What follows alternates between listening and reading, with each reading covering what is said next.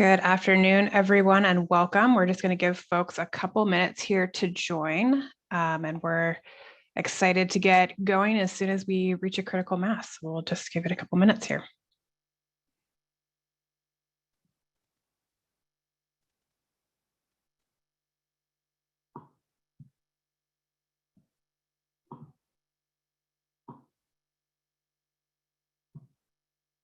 Welcome to folks who are just joining us. We are going to get started here in just a minute. We're just going to give folks a couple more seconds here to join and get situated, and then we'll get going with today's discussion.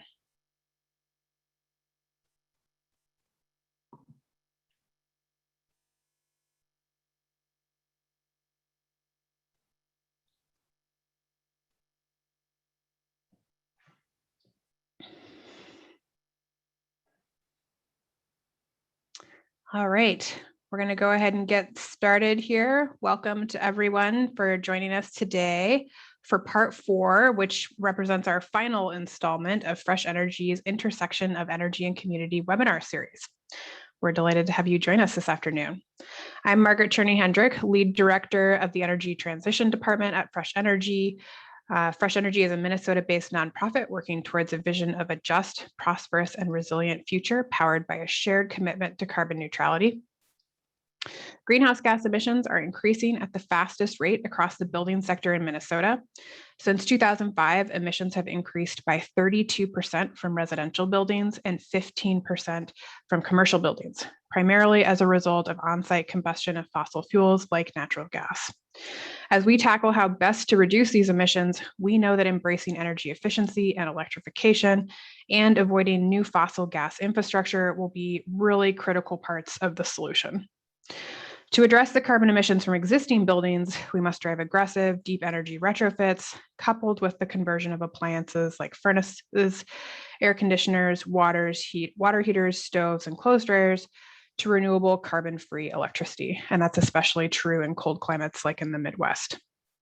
We're hoping that everyone who joins us today and listens to the recording of today's webinar, we're calling Electricity Instead of Gas, will walk away with an understanding of the strategies and tools to make that happen, especially in multifamily buildings.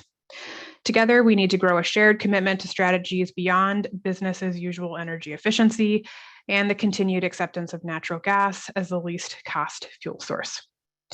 Over the next hour, our panel of experts will discuss how communities can embrace efficiency and electrification, as well as avoid new fossil gas infrastructure. But before we dive into our conversation today, I would like to extend a shout out and a thank you to all of our promotional partners who helped spread the word about the event today. Thank you to AIA, CERTS, Climate Generation, Midwest BDC, Minnesota Electrical Association, MNSEA, Pollen, RMI, Sierra Club, the Nature Conservancy, and WSB. I also want to recognize Great River Energy, our sponsor for today's conversation. Thank you. Now, switching gears, I am very excited to be joined today by Margaret, Associate Director at Elevate, with offices based in the Midwest, and Keith Kinch, co-founder and general manager of New York City-based Block Power. We're going to start out with a panel discussion and then move into a Q&A for the last 15 minutes of the webinar. Many of you submitted questions in advance, but if you didn't, please use the Q&A box at the bottom of your screen, not the chat box, to send in your questions, and we'll do our best to get to as many as we can. We're going to be covering a lot today, so I want to dive right in. So starting with you, Keith, could you please tell us a little bit more about yourself, about Block Power, about your journey in clean energy and building electrification? Sure. Hello, everyone. Keith Kinch, as mentioned, co-founder, general manager of Block Power. Born and raised in Brooklyn, New York. Parents are from Barbados. Spent a lot of time around social justice and organizing as a child, and still doing it today, but around climate justice. In terms of Block Power, we're a clean tech startup. We are entering our 8th year in existence. And what we do utilizing our software platform is we provide engineering analysis, we finance projects, we do project management for all our clean energy projects. And at the end, we also do measurement and verification to confirm optimal performance of the new systems, and also work with building owners or governments or utilities on savings. We've completed over 1,400 projects in the last 8 years, many of them in New York State, and we're currently working in 25 other cities across the country. And happy to be on. Great. And turning to you, Margaret, could you tell us a bit more about your role at Elevate and the work that you guys are doing across the Midwest? Yeah, thanks so much for having us, Margaret, and the Fresh Energy team, and Keith for being here too. I'm excited to get going with this conversation. I'm Margaret Garasha. I'm Associate Director for Research and Innovation at Elevate. We're a Midwest-based nonprofit, though we have a national footprint. And we're primarily known for implementing utility energy efficiency programs focused on affordable multifamily housing. So we've retrofitted over 60,000 units of affordable housing across the country. We also run electricity real-time pricing programs where folks can pay the real price instead of the flat rate for electricity, and therefore shift and save money and reduce carbon emissions. And we do energy planning as well. But where I sit in the research and innovation group, we incubate new ideas and try to get them to scale. So big focus right now is on electrification, how we marry that with our other program offerings, and how we make sure that it's equitable and works for the people and the building stock that we care the most about, which are namely folks with lower incomes who rent. So really excited to dig a little deeper today. Thanks for having me. Well, thank you both so much for spending your time with us today and having this conversation. It's an important one.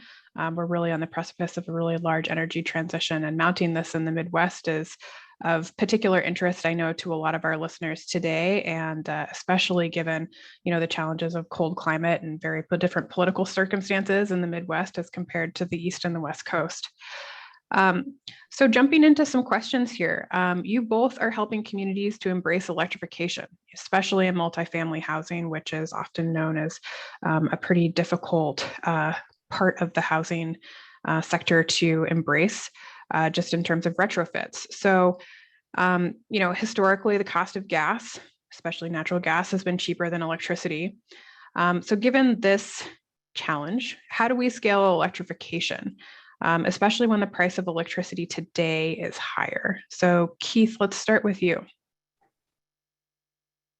Sure. So I think the very short answer is investment in infrastructure.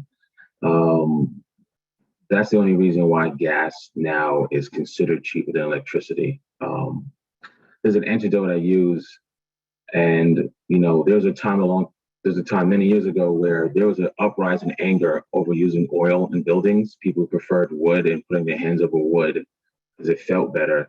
But then we made major national infrastructure investments in oil, and we became a fossil fuel country. Then when we shifted more to gas, we did the same thing again. We doubled down on gas infrastructure. So the thing we have to do moving forward, and we're seeing it in many locations in the country, is to invest in renewable energy in our electrical grids to lower the costs. But that's just financial costs. When we think about cost of electricity versus gas, there's also an equity issue and there's a health issue. We're still in the midst of a pandemic in this country, and we know more than ever clean air is important.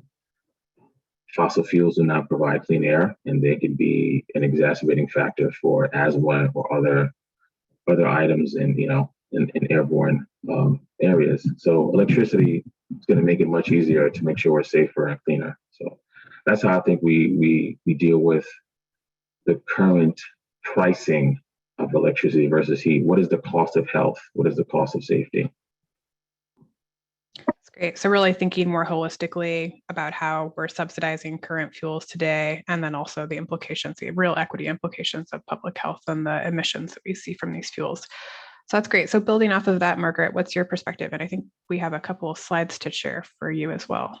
Yeah, I definitely agree with what Keith said. I think we have to make the case and capture and articulate all the non-energy benefits associated with this work. So totally agree with that. And yeah, if we want to put the slide up, the way Elevate approaches this topic is that we don't approach electrification in a vacuum, right? We have to combine it with these other tools that are proven, right? So energy efficiency is always going to be the first step and the cheapest step, right? Reduce the load that you have to electrify as much as you possibly can. There's lots of proven ways to do that, particularly in the multifamily space. Then we electrify. Then we look at renewables, ideally at the site, and distributed energy resources for that building. And then we can manage those loads. So I mentioned that we run real-time pricing programs.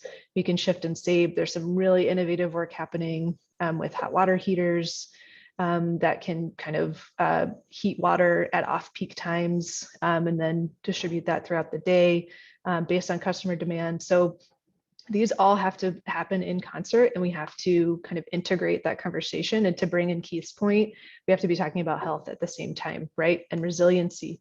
We're adding cooling for folks. That's a huge benefit that we have to talk about. But Margaret, you raise a really good point that the costs, the fundamentals are a big challenge. So Joe, if you could go to the next slide.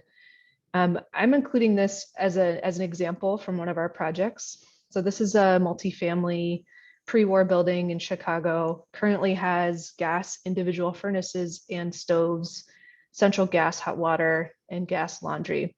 And so what I'm showing is just electrification. So even though I was just saying we have to integrate those other strategies, I just wanted to isolate the point about the energy and cost changes when you simply electrify. So this is going to cold climate ducted heat pumps, and we can achieve a 61% site energy reduction, which is incredible. And that's because of the technology, right? How efficient these heat pumps are. And I just note that we're adding the blue slice, we're adding cooling. We didn't have cooling before. So that's incredible. But then the way that translates into costs, we don't see that as much. You see about a 3% reduction. And that's different for tenants versus owners because of the way those end uses are split out. And this particular utility, this is ComEd, offers an all-electric rate. So a rate for customers who have electric heating, and we can get 8% savings. But we're not coming anywhere near that 61% savings on the energy side. And that's because we choose to keep the cost of natural gas and other fossil fuels low. We as a society subsidize that as a fuel. And so my point is that what I'm showing on the left is empirical, right? That's data and that's real. And what I'm showing on the right is what we as a society have decided the cost should be and the value should be in this transition, and what we can absolutely change going forward. Wow, this is really great data to be taking a look at, especially data that's being collected in the Midwest, where we think a lot about heating reliability, and we're also thinking a lot about, as you mentioned, Margaret, load growth. As we mount this energy transition, we electrify end uses, we're really going to have to be intentional about sustainably growing that load so we don't overburden our grid. So with those points in mind, Margaret, your work with Elevate has allowed you to really push the envelope here and start to pilot some of this electrification work, especially across affordable multifamily homes. Could you talk a little bit more about your experiencing with transitioning a multifamily building on to clean electricity? Yeah, where to start? There's so many things that we could unpack. So there's a particular path we want to go down, either from you, Margaret, or Keith, or from the audience. Please bring that forward. But I'll just talk about a couple of the big kind of themes that have emerged for us. One is meeting owners where they're at, right? There's a lot of just confusion or questions or skepticism about electrification. Why would I do this now if I don't have to? Or I'm watching these gas bans coming. I'm really worried there's going to be a stick and not a carrot for me to comply with that. How do I figure this out for my portfolio? So that's been a big thing, is just looking at their buildings, their benchmarking data, and understanding how we can help and how we can design approaches that meet the affordable building stock where it is today. And it's facing a lot of challenges, right? With the pandemic, a lot of our owners' rent rolls are down, tenants are struggling. So we're trying to do this work in a challenging context anyway. The other big kind of topic I'd highlight is being really sensitive about cost shifts from master metered buildings that might be switching to like an individual heat pump. So in other words, we're going from the owner kind of covering those utility costs and passing on those costs via rents or via utility allowances to tenants potentially paying for a new end use that they did not directly pay for prior. So the last thing we want to do is increase utility costs for tenants of affordable housing, right? So it's just, in some ways, that's the central mission here, is we know heat pumps work, we know how to do energy efficiency, we know how to implement these tools, but how do we put the people first and understand how does a tenant who gets LIHEAP support for their gas bill, how do we make sure that that help follows them when they move over to all electric? It might seem like a detail when you're managing like a huge construction project and a retrofit, but that is the most important question for the tenant, right? So I think those are the two things I'd highlight to start, but happy to talk more about any one of those. That's great. And you raise a really important point, the financing on how we do this energy transition in the building sector, especially across affordable multifamily buildings, is going to be really, really important to keep track of. And I don't think anyone who is having the discussion about how to transition buildings to clean electricity today thinks that we should be doing this on the backs of individual ratepayers or building owners. So I know, Keith, you guys at Block Power have been really thinking critically about financing structures that could help to alleviate some of these barriers. So I wonder if you could just talk a little bit about your pilot projects and the financing packages that you've been able to deploy. Sure. First, everything Margaret said, totally agree with. And I think the one point that people take for granted, what she stated was, meeting the owner where they're at. I think you have to do that every time. One of the barriers to scalability is financing, especially in low to moderate income neighborhoods where the buildings that need the most work are sitting in those neighborhoods, and they've been historically underserved, underbanked, and now we're asking them to pay for these upgrades, whether to Margaret's point, it's a stick or a carrot or a mixture of both. So the one thing we do is, we handhold the customer from beginning to end of the process, especially on the financing. And the financing comes in two ways. One, there are utility incentives, which, many of us on this panel may know about, and we live in this space, but the average person is not going to take time to figure out what utilities have which incentives when and where the paperwork goes and when to email which person. So, we do all that in-house with the building owner or the portfolio manager. Second is the actual cost of the project. If it costs $100,000, $50,000, $10,000, even before COVID and before we had this economic struggle in the country, not everyone has the ability to pay little, if not any, of the upfront costs. So what Block Power has created over the last 2.5 years is a no money down lease option, very similar to leasing a car, where a building owner or a portfolio can say, hey, I need to put in solar batteries, heat pumps, but I don't have the upfront capital. Well, great, no money down, we'll put in the systems, and your monthly payment would be 20 to 70% less than what you're paying for annual energy costs now, and also operating and maintenance, right? Many building owners and portfolio managers, especially in this space, are going to be reactive. No one's thinking about their boiler or their heating systems or their cooling systems 24/7. They think about it when it goes down, or to Margaret's point, when a tenant has a concern, and then you go in there and you're concerned about comfort. So we've completed, projects in New York State and other states using our no money down lease option, and it's worked. People have lowered their carbon emissions, they've lowered their energy usage, and the one part that we don't talk about in this space is also it's job creation, right? Someone's got to install those systems or kick out the old systems, and that creates another layer of equity in historically underserved communities.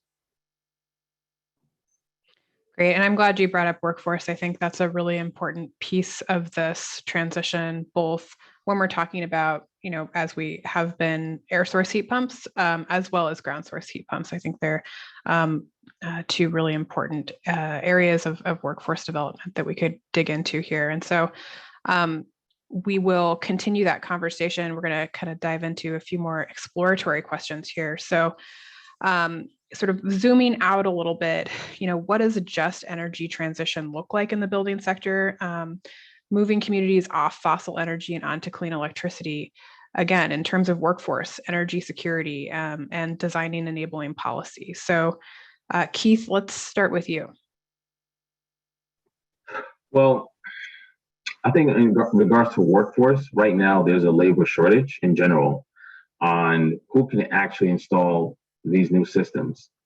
So the first step is, how do we scale the workforce so that we can scale installing the systems? And that is a direct, it's a direct correlation to putting together, a just economy around energy efficiency. Historically, the construction industry labor force has been predominantly white male.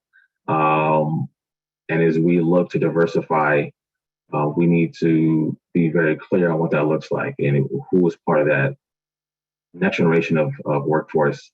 And the other part that, we're not talking about is, a large part of the current workforce, they're retiring, they're aging out. And many of the children of the folks in the workforce don't have interest in doing construction. So that intellectual property that a construction manager or, Mr. A or Mrs. B's construction firm, that goes away as well, right? So we're losing some institutional knowledge. So how do we try to maintain that or keep that, one? And then two, as we train, women, people of color, underserved communities, how do we make sure that they're ready to not just, get on a job and work, which is great, but also create their own companies and also be able to be a contractor and build generational wealth. So that still goes back to policy, right? There needs to be policy in place to make sure folks have access to capital, understand access to incentives, access to understanding even how to go through the process of getting, binding insurance to complete a project or go to be permitting, which is a pain point that we still deal with at Block Power. And that's the best way to do it. It has to be top, bottom up, train people, put in positions to work, but also the policies have to match. If a contractor can't get 90 grand or getting a loan to do any level of work, nothing gets done. And then finally, the cost goes down, right? When Margaret talks about installing these systems, that cost goes down dramatically, because if you have 10 to 15 contractors that can do it instead of 5, that cost goes down because there's competition. Not everyone knows anyone. Not everyone shows up in the same Mercedes-Benz to put in the systems. So it's very helpful to move on that. Great. And Margaret, what's your take?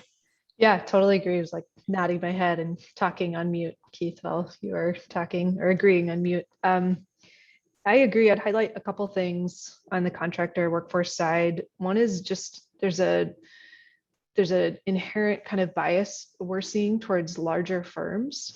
So Keith mentioned there's a lack of labor, and I would just add to that and complement that it's I think it's really on the smaller firm side. So the larger kind of mechanical firms, they're doing heat pumps and VRF, particularly in new construction, but they are these kind of legacy white, legacy organizations. So there's kind of like an intra workforce equity consideration here. And we have to make sure that the smaller, more local shops are brought in and know how to do this work. So totally agree with everything that Keith said. One of the things that Elevate has had some success in doing is helping smaller and more diverse contractors with back office support. So just helping them build out their invoicing and how do they, and this is, can be specific to utility programs, but how do they navigate all the paperwork? But I think there's similar constraints with electrification. There's different permitting processes that they're going to need to become familiar with, et cetera, et cetera. The last thing I'd highlight is the manufacturers. So the manufacturers have great line of visibility into the workforce, right? Some manufacturers have certifications where if you ask them, hey, who can install a heat pump, they'll give you 3 names. But again, it does tend to be these kind of incumbents. And so we can work connecting those dots. We can connect the local, more diverse contractors with the manufacturers and vice versa, make sure they're getting trained up on the latest equipment and that they're on those lists when the manufacturer is recommending folks who can install a heat pump, for example. And then I want to pick up the cost point. Far and away, our biggest cost in our projects is labor. And I think we're seeing a lack of competition, agree with Keith there, but we're also seeing just some risk pricing, right? The different trades, first of all, the number of trades that are involved in building electrification is amazing and exciting and a talking point that we should all be talking about. You need a plumber, you need an electrician, you need a mechanical, you need general trades, because like if you're swapping in a new electric stove, you need someone to come in and run that conduit and then drywall and paint, right? There's just so many opportunities to bring workers in and pay them good, high paying wages. But to my point about risk, I think this is a newer area. So we're seeing some pricing come in that's like, I've never done a conduit run that long and electrified a hot water heater. And so we do expect and anticipate that in the coming years very quickly will come down and just help on all sides, help drive competition, help us get more volume and keep expanding this work. Great. And I think, we've talked a little bit about this, but I wonder if you both could touch on some of the enabling policy that we might need to put into place or advocate for to kind of drive this transition as it relates to workforce, as it relates to, market transformation. We've seen energy transitions mounted before. I think the power sector is a good example. And we've made some mistakes in the past. Folks who are most affected by policy have not been at the table to have a voice in making that policy. So I wonder if you guys could both just reflect on the dynamics there and what we can do to make sure we don't repeat the same mistakes we've made in the past. Sure. I think to your, I think to your first point, you have to put frontline communities first. I think the last 2.5 years between our health crisis and, where we are on energy efficiency and climate change, we understand, who needs to be on the front of the line in regards to the benefits of what we're trying to do. I think the three policy points that need to happen. One, there needs to be concerted effort by utilities to incentivize electrification, right? Not rebates, incentivize upfront. Right? It needs to be upfront so that folks know what they're getting and how much how much cost is coming off right away from a given upgrade. I think 2, there needs to be more mechanisms around technical guidance, right? To Margaret's point, when you're working with 4 or 5 union shops and you may have 2 or 3 buildings, the ability to allow a building owner to navigate that process needs to be more streamlined. And that can be done policy-wise, right? How we go through Department of Building permitting, how does a building get to a point where they know what they need to do? The third one, which is, people don't like, for all the carrots we talk about, it's got to be a stick, right? Some people need a little nudge. And in New York City, we have a couple of nudges that I think are great to utilize as a base point to get our policies done. So in New York, every building has a letter grade from A to F. So, like many people, we get excited to go to A restaurant, but if you eat at an A restaurant, you live in a C+ building or a C+ home, it doesn't matter around health.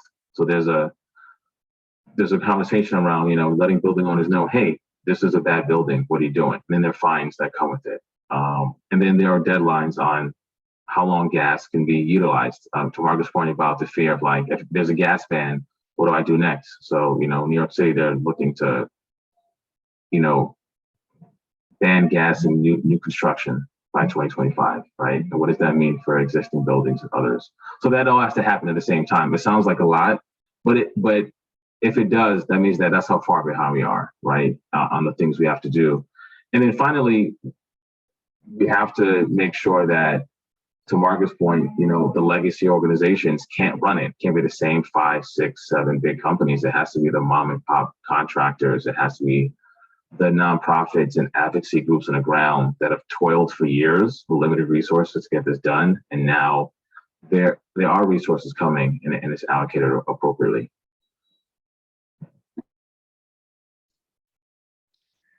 Yeah, I'd highlight a couple things. I think Illinois has had some success, but also some learnings about how to do this with the Future Energy Jobs Act and with Illinois Solar for All. One of the big learnings is, and we saw this with recovery funds during the Obama years too, is actually, you don't want to train people up and then not have a pipeline of work. And so I think that's a critical piece. And there's a lot of excitement and talk about how there might be some federal dollars coming through various streams that are currently being negotiated in DC. And so I think we all recognize that we want the workforce to be there, but we want the converse to be true, right? Like we don't want to train up a workforce and have people pivot from traditional electrician jobs to electrification and then not have projects for them. And there are certain policy things that you can include to make sure that those connections are made, that projects that get certain funding streams are tapping workforce trainees from programs, and just make those connections really, really salient. But I agree with Keith that we probably need carrots and sticks to get where we need to go, and that workforce has to be integrated along the way in those policy conversations to make sure we don't repeat some of the mistakes of the past. Great. Thank you guys for your insights here. So if we're now kind of transitioning to talking about, the Midwest specifically, it's cold here. We've got a very different political system. We've got an electric grid that sees peak demand for electricity that's being supplied to air conditioners in the summer. So with electrifying our buildings, we're expecting that peak demand now to shift to summertime, to wintertime, driven by heating. So to you guys, what does a sustainable and reliable transition in multifamily housing look like in the Midwest? So Keith, let's start with you. Well, I think it starts with understanding which buildings are in the most need to make the switch from fossil fuels, right? Whether is it based on the system, age of system, and based on geography. That's one. Two, once we identify that, which many utilities and governments may have already in the Midwest, having a concerted effort with dollars behind it, real dollars, whether it's state and, to Margaret's point, some federal dollars coming down, hopefully, to make that part of a large scale program, right? If we're gonna, to my earlier point, invest and buy in on the infrastructure and electrification, this is how, right? And for many folks, I understand that the term climate change and other things can be very polarizing and turn people off, but this is about two things. Then it's a job component. It's a job stimulus component. If we swap out these old systems, put in new systems, we're creating jobs. Two, it's a health component. How do we keep people healthy now and moving forward? And then three, we have to build our infrastructure. We can't have an older infrastructure that's trapped in the 20th century. The Midwest or otherwise. So Margaret mentioned Illinois. I know there's some conversations in other states as well. And obviously nothing is cookie cutter, but those are the first key steps. And it starts from the top, on the state level, and then we get down to the city level. Because if we're not only on the state level, we're just gonna have 4 or 5 cities, like many states now, that are doing X, and then we'll have other cities that are buying into gas, right? And that doesn't help long-term what we're trying to do. Yeah, I think I don't want to underscore, or I do want to underscore that this is a real challenge in the cold climate. And in our context. I think we have to look to local experts like Fresh, like many folks on the call, to understand what is the building stock like, what needs the most weatherization, and how. Chicago has a lot of brick housing, so we can't do overcladding. I know Minnesota, you all might have more frame, right? So it's like, I think we can't kid ourselves that there's going to be a one size fits all solution. And we also need to acknowledge that we probably do need backup heat of some kind in the upper Midwest.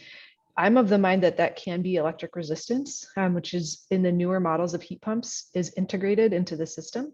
So the occupant or the tenant does not need to mess with, on a cold day, the backup. It's automatic.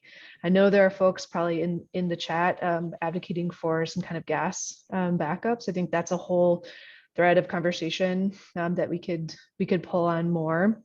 I also think we have to acknowledge that if the grid goes down in the winter, that's a problem for anybody that has a furnace with a fan. That's a problem for the heat for a lot of folks anyway in the winter. So again, we can't have a siloed conversation about this without also talking about grid resilience, right? You can't talk about electrification without that. Those two go hand in hand.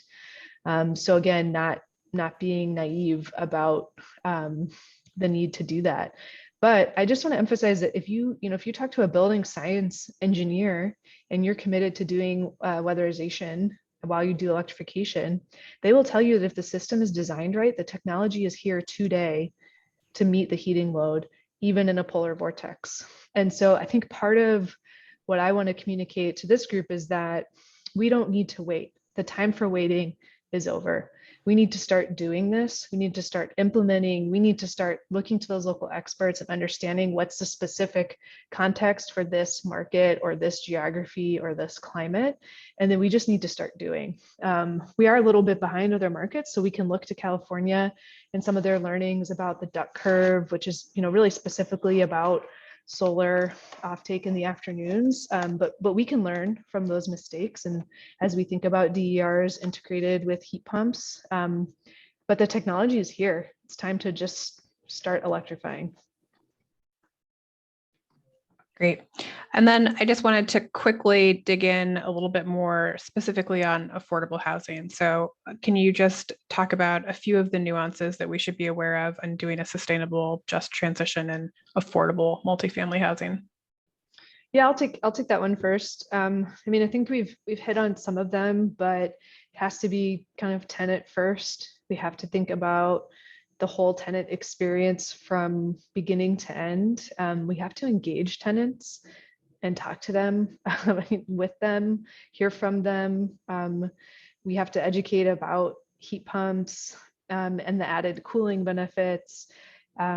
We need to make sure that this is not a new approach that's just being put on and dropped on, right? I think we don't want to pass something like a building performance standard that has a requirement for affordable housing, and those folks have not been at the table, right? So we need process equity when we're designing policies that are going to affect affordable housing. But I think we need to really just think about, again, those cost shifts, because I'm confident that the technology can work for affordable housing, that we're going to achieve those carbon reductions. And then getting back to the workforce conversation too, we want to employ folks from communities where we're electrifying, right? So we have to bring those threads of the conversation together at the same time. No, absolutely. I think, what you hear from many affordable housing folks are, the numbers don't add up, right? It's the bottom line. And they mean that from their perspective, from the tenants, right? I know for many locations, there's a certain percentage of threshold a tenant can pay on their energy bill, and that varies obviously state to state. So they're aware of that. They're also aware of what they can charge for rent. So that's how they think about items. There's three things that you can deal with. One, obviously change how much money can you allocate to affordable housing, right? To make sure the same investment you made to build affordable housing from a city or state or federal level, you can add on to that, so that some of that alleviation is done, to Margaret's point, on a tenant level as well as the building owner level or portfolio level.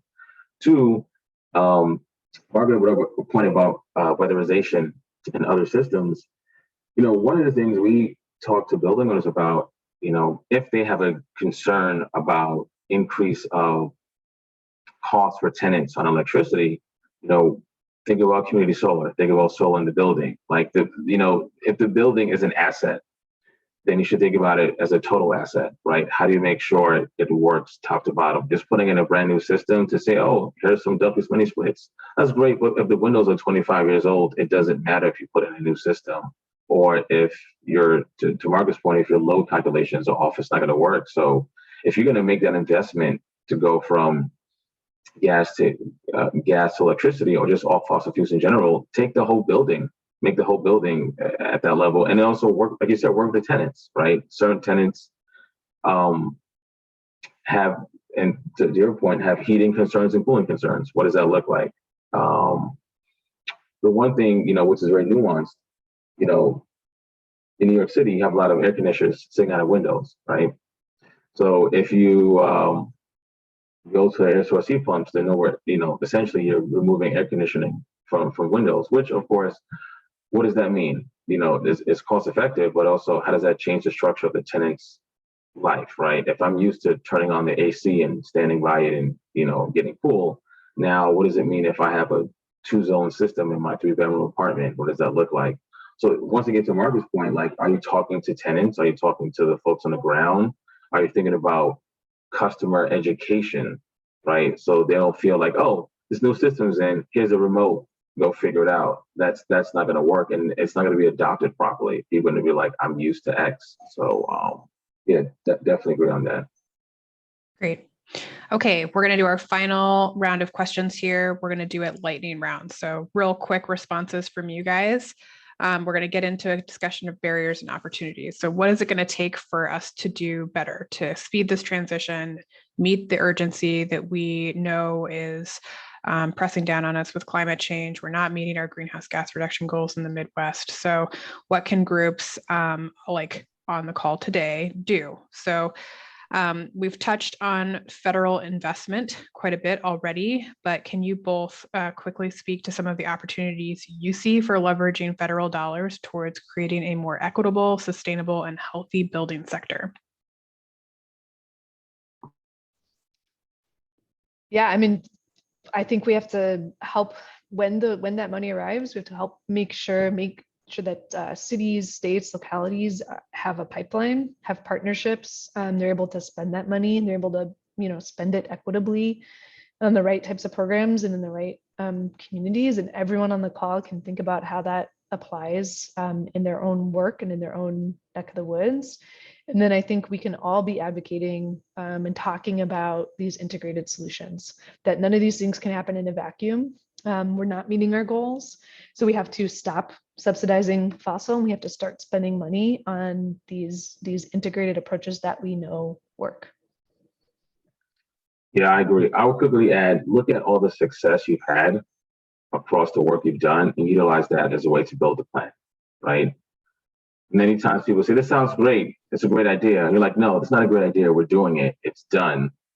Now we're going to scale, right? This is not like we're thinking about making a cake. We made 3 cakes already. They taste great. We need to make another 1,000 cakes. I'm a cake person, sorry. So, I mean, that's how we have to think about it around energy efficiency. Like, replicate what's been successful and just add dollars and add the right voices to it. Great. Scaling. I love that. So real quick then, what are the barriers to innovation as you see them? What does it take to be a leader in this energy transition? I would say technology, having the right technology, and Margaret is right. It's technology is here now, but understanding the right technology for building the right systems. So we're not moving people to the wrong systems. I think that's important. That's on the folks on the ground. That's on the manufacturers. 2, financing. It's got to be flexible, right? We can't have people concerned about losing their homes over upgrades in systems, and we need people to have access. Gotta have access. I think cost effectiveness and our collective mindset and fixation on that is one of our biggest barriers. Weatherization, poses some huge opportunities and challenges to make electrification move forward without being stuck in some of these cost effectiveness frameworks. In particular, the fact that you can't take into account the fixed customer charge of gas, because it's just that something they ever thought about when they were thinking about energy efficiency. And obviously with fuel switching, that makes a huge impact. So it's things like that. And same with the utility context. So I agree, Keith, that like that's the utility funding model is probably the best train we have going, but we have to figure out a way out of this cost effectiveness framework, or else electrification is just going to run into a buzzsaw. Yeah, couldn't agree more. We have a lot of work to do to reimagine our cost effectiveness framework. We've talked about non-energy benefits, public health, taking full account of the emissions, versus on-site and source. And I think, that has implications for both electricity as well as the current gas sources that we're using. So really great insights. Thank you guys so much. We are going to pivot now to the Q&A session. And just a quick reminder, I see that there are some great questions coming into the Q&A box. So please go ahead, keep dropping those questions in. You can use the upvote function to really highlight questions that are of interest to you. But before we start the Q&A, I would like to quickly remind everyone that if you missed any of the 4 parts of our Intersection of Energy and Community webinar series, you can tune in on Decarbonize, the Clean Energy Podcast, which you can find on any podcasting app or at fresh-energy.org/decarbonize. You will also be able to find a link to a YouTube recording of this webinar, complete with slides, on our website at fresh-energy.org/publications. And while we're on the subject of events, registration is now open for our virtual benefit breakfast on October 14th, featuring Keith's colleague, award-winning climate tech entrepreneur, Danelle Baird, CEO of New York City-based Block Power, an organization proving that businesses can tackle carbon pollution while making a profit and creating family-sustaining jobs. You can go ahead and register at fresh-energy.org/benefit breakfast. And finally, this is our first public announcement. We're very excited. So here live on this webinar that Fresh Energy has just launched a new gas decarbonization program led by our newest hire, Joe Dammel, formerly working at the Minnesota Pollution Control Agency and also the Minnesota Attorney General's office. And we are hitting the ground running on a new Future of Gas docket opening at the Minnesota Public Utilities Commission. For all those energy wonks out there, this is docket number 21-565.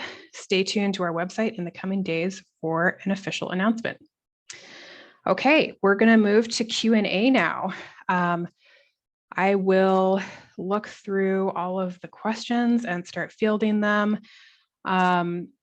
Let's get started with a question from Liz.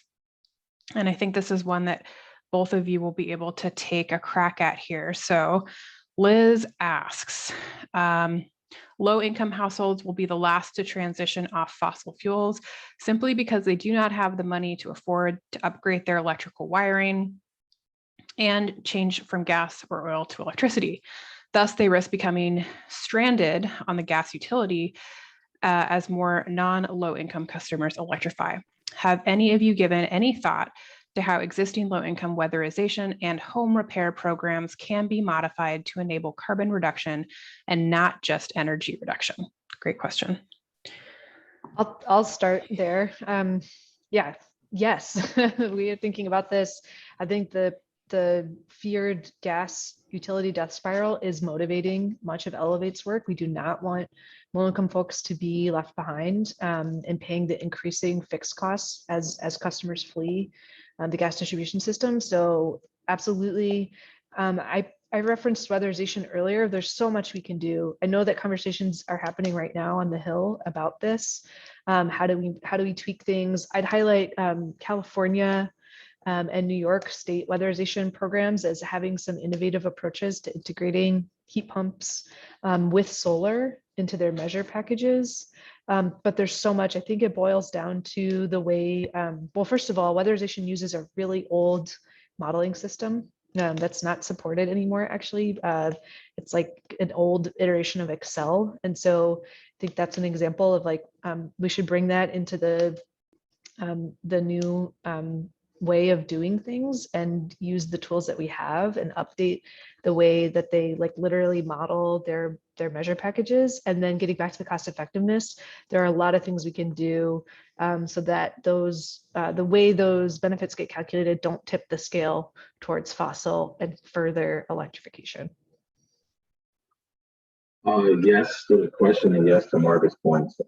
Yeah, we're fortunate in New York State to have a great weatherization programs, but also we're fortunate in the sense that the New York State government listens to the market in regards to how to scale and innovate. We're very fortunate for that. So yeah, on any given day, you know, members of the Block Art team, we're talking to low to moderate income building owners and completing projects. And you're right, the two things that always come up no matter what are the load calculations in a building, the electrical load in a building. If the building was built even in 1980, it can barely charge 4 cell phones and a laptop. Now we're asking it to heat and cool a building. And we work very closely with utilities on that. And, you know, part of our lease model is we take all those costs into one. So it isn't like you're constantly getting a new bill. Like this is all done in one shot. Like this is the cost of the project at the end. And to Margaret's point again, you know, working with smaller to medium-sized contractors, being able to say, can you do this work? Are you trained? That also lowers the cost of the project as well. And then finally, the incentives have to be increased. Like Margaret said it several times, and she's right. The only reason why gas is cheap is because the incentives has been incentivized to be cheap. If we spent 30% more of what we did to invest in gas, we wouldn't be having this conversation. So, I mean, that is the goal. You know, that is how we get buildings that are considered to be last in line to move up to the front of the line.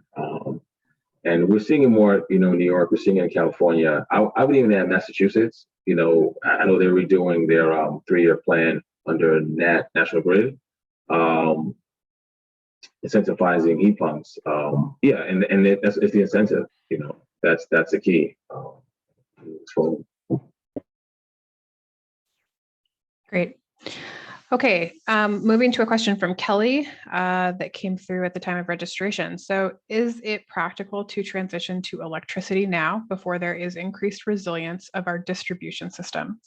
What if the grid goes down in the middle of winter? And let's focus this question using the Midwestern grid, because of course, as we know, where you get your electric supply really determines your resilience for questions like this. So who wants to take a swing at this first? I'll start. I mean, yes, I think earlier in conversation we hit on grid resilience has to be part of this conversation.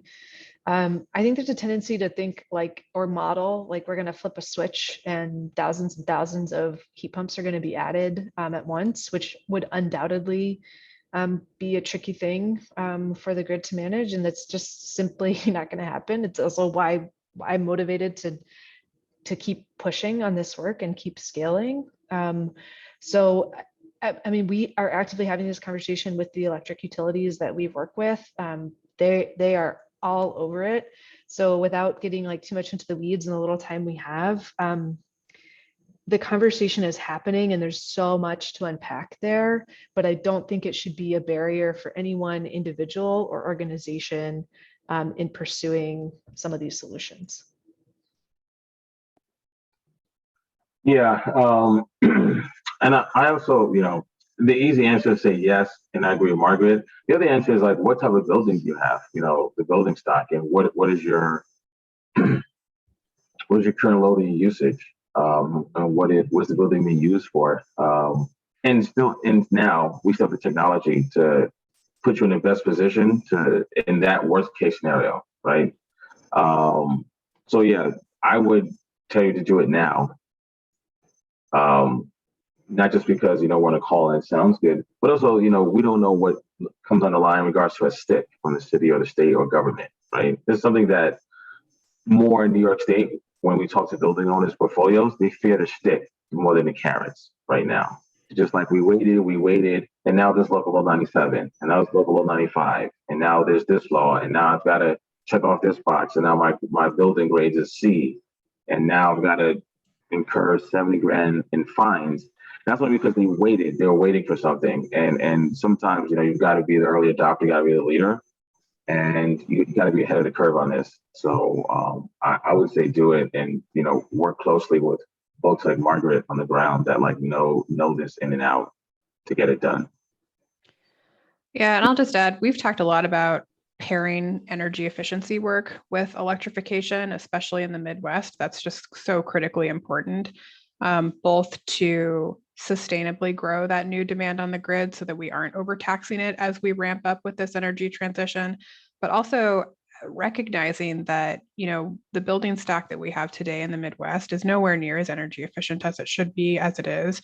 Folks are really strapped with pretty egregious energy bills. So that is a big problem. So if we're mounting a transition where we're pairing energy efficiency with electrification, there's a lot of, I think, good data out there to demonstrate that with tighter building envelopes, you're keeping that heat in your building much more efficiently. So if there is an instance in which you lose power, it's not going to be as horrific as if you're on a different energy source with an unweatherized house. So this is an energy transition about resiliency as much as it is about electrification. So I think that's important to note as well.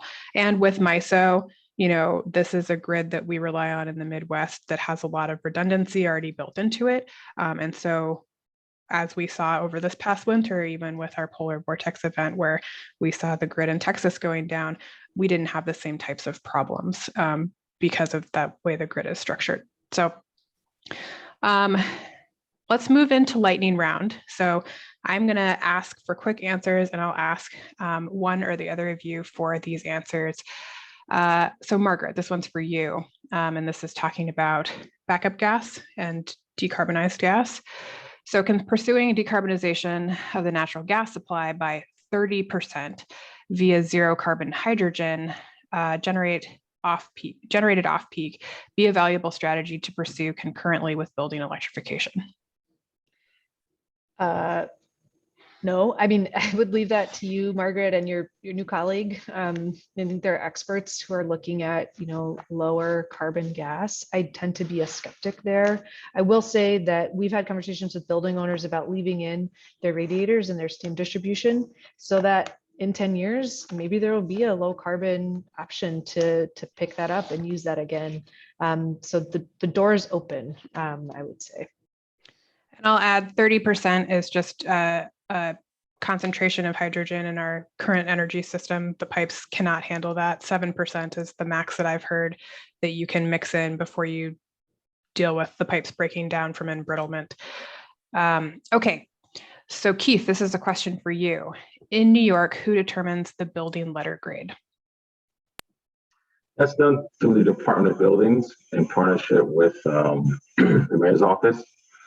So when you walk down a beautiful block in New York and you see a bunch of A, Bs, and Cs, it's Department of Buildings. And the building owner has a relatively good amount of time to figure out how to make that grade higher.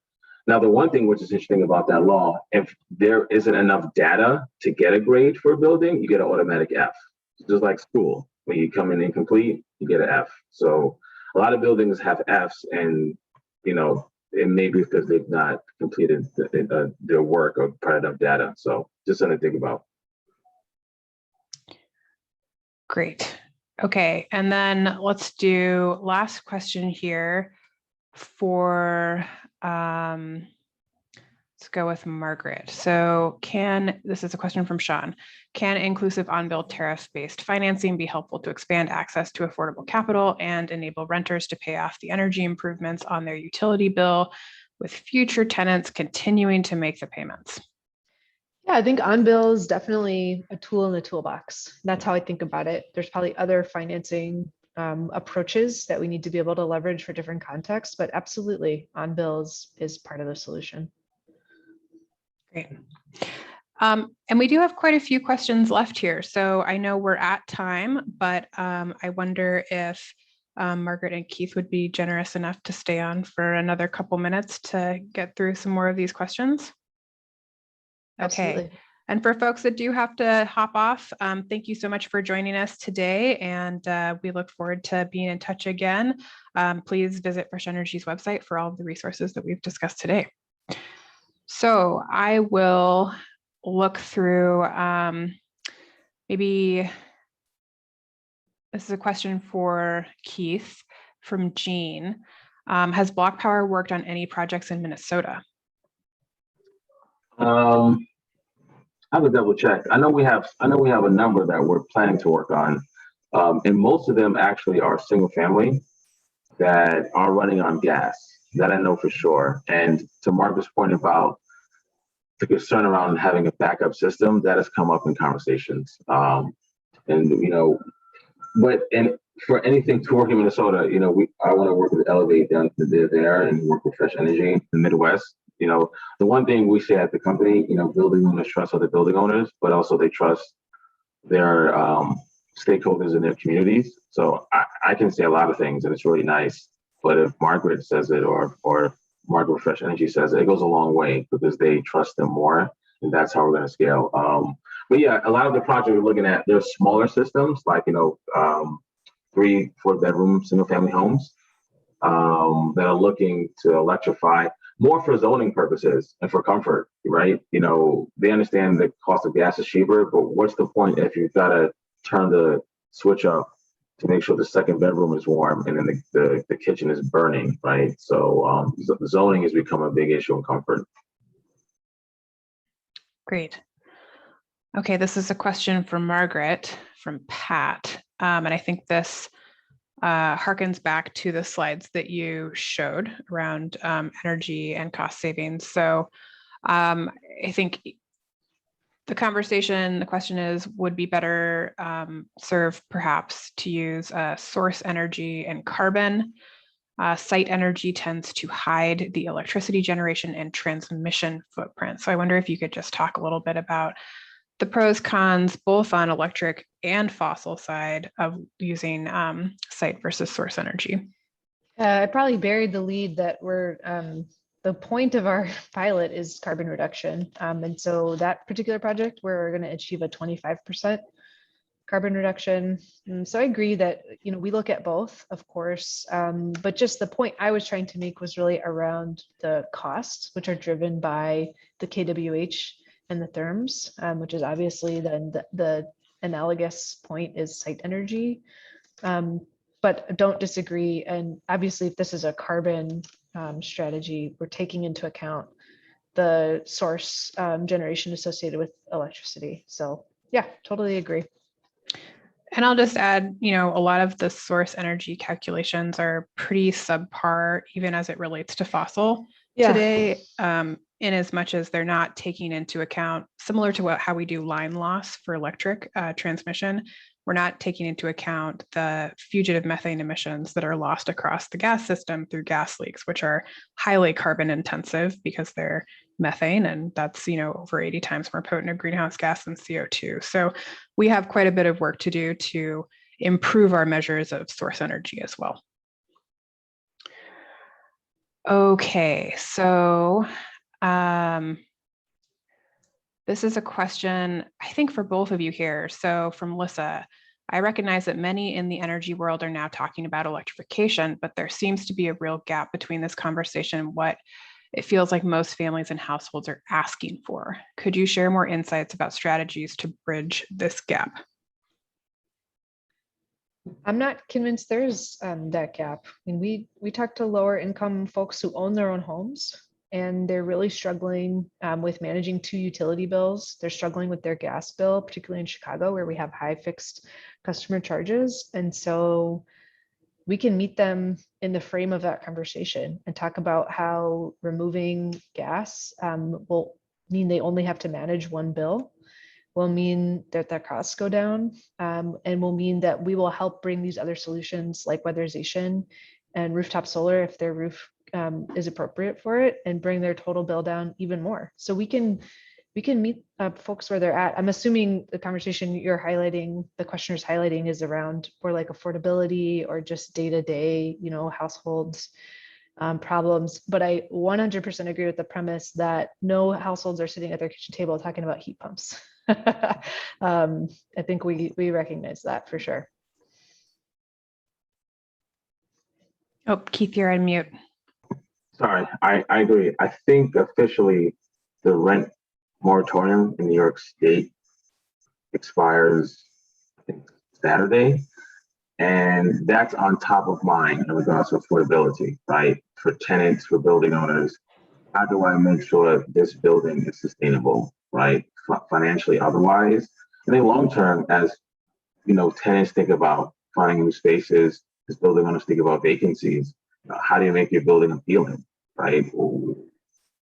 If you're going to charge a higher rent because you're running an old fossil fuel system that's going to put an extra strain on your pocket, and you're thinking about handing it off to the tenant, that may not work, not just for legal purposes, just for in terms of getting a tenant to stay or even to want to commit to moving in. And then on the tenant side, to Margaret's point, it's for everyone, it's been a long year. For the other states we work in, and I'll focus on New York.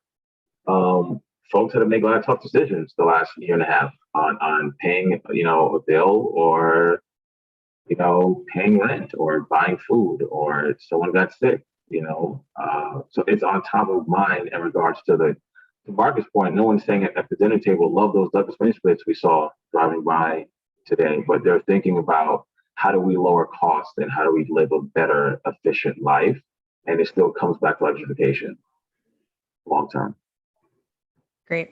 Okay, I'm going to ask one more question, and I am going to be pulling my MC card here, and I'm going to ask one from my perspective. And I'd love to get both of you your quick answers here. So what is the scale and pace of change needed to advance this energy transition in the building sector? We have to go as fast as we can, as equitably as we can, without breaking anything. So do no harm, don't increase costs for folks, meet owners where they're at. I come back to those principles and just go. And Keith, how about you? Barry Allen Flash, speed of light, speed of time. We need to do it now, to all the points Margaret mentioned, but also we're in a unique window. I don't know when we're going to have this amount of federal dollars coming down, with the amount of states that are locked in thinking about this, with the amount of cities locked in thinking about this for the next 5, 6 months, 6 years.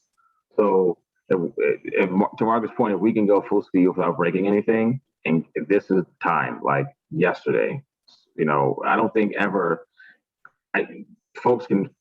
ever had a chance to use billions of dollars over 2-3 years to focus on 2 key items that everyone is kind of locked in on, which is energy efficiency, infrastructure, job creation. It's all locked in. Let's just give all the money to Fresh Energy and Elevate, some other folks too, and then go from there. Great. Well, what a wonderful note to end on. Thank you both so much for your time, your expertise, sharing your thoughts and experience on your work in this space and what it takes to tackle the challenge we see in the building sector today. And thanks to everyone who have tuned in to join us for the conversation today and for our preceding 3 conversations in this webinar series. Please check out Fresh Energy's website for any other resources, and we wish you all the best for a great afternoon and look forward to being in touch soon. Thank you all so much.